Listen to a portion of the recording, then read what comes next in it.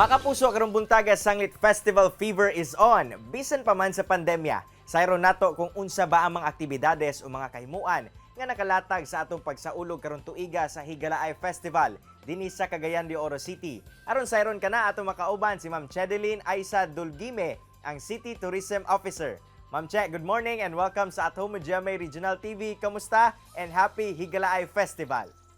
Yes, happy Higalaay Festival po din ha kanimo, Cyril, no? And thank you so much for giving us an opportunity to be here in your show and promote the activities nga nabilin pa nga mga activities up to the end of the month, no? So daghang salamat.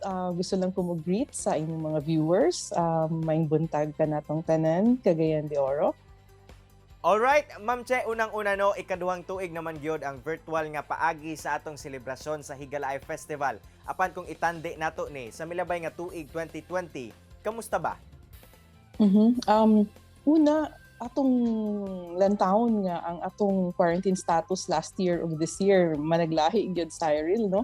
Last year GCQ ta, and we had some leeway and some flexibility in shooting and conducting some of our activities, but this year and ECQ ta, unfortunately, and we had almost a month of ECQ also, so it was very challenging to conduct our shoot, our production, no? So there's a big difference. So while most of our core events are still featured this year, naatay uban nga mga events nga tungod kay dili sila nato ma-shoot or ma-produce without bisag gamay na lang face to face nga or in person nga pagtambong, we had to postpone some of our activities. So karon it's really all virtual. Last year manggod medyo hybrid ta because we had, as I said earlier, na atay gamay nga flexibility.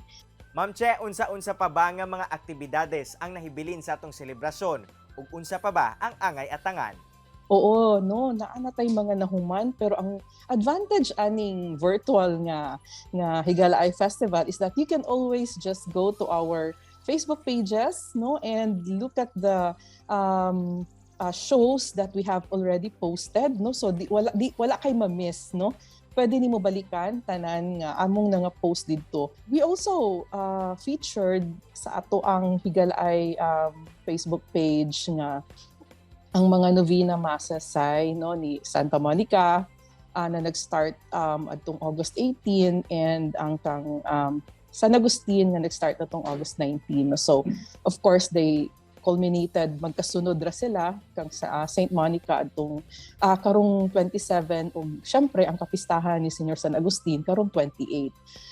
Ang uban nato nga mga shows, doon natay TikTok challenge also to attract the young ones, no, who participate para ang atuang Higalaay Festival. It's really still for everybody, no, inclusive paghihapon siya.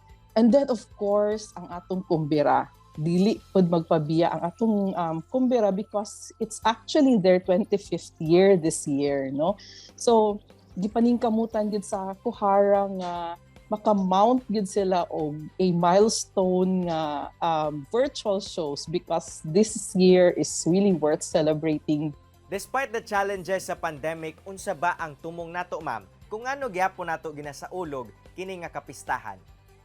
Yes, because it's still worth celebrating good, no? And that was our realization last year because there was so much uncertainty last year, if you remember.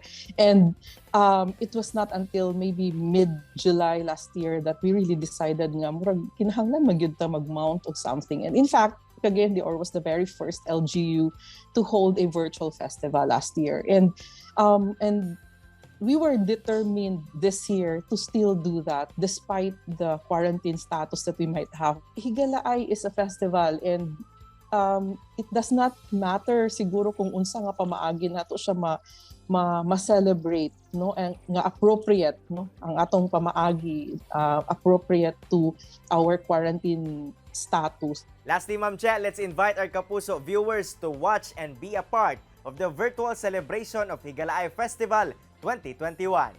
Okay, salamat kay Cyril no akong i-invite tanan mga kapuso ug mga kagay-anon nga nagtan-aw karon nga atong tambungan gihapon. Let's participate, let's join, let's support the celebration of Higalaay Festival virtually no. So you can watch all of our shows pinaagi sa Higalaay Festival nga Facebook page.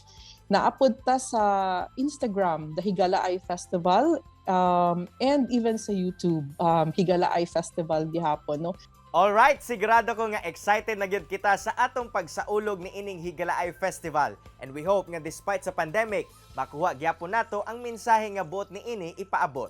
Thank you very much, Ma'am Che, sa imong oras, and happy Higalaay Festival. Yes. Thank you, Cyril. Happy Higalaay. Mga puso, relax lang mo diha kay mo balik pa ang At Home with GMA Regional TV. Kini ang At Home with GMA Regional TV.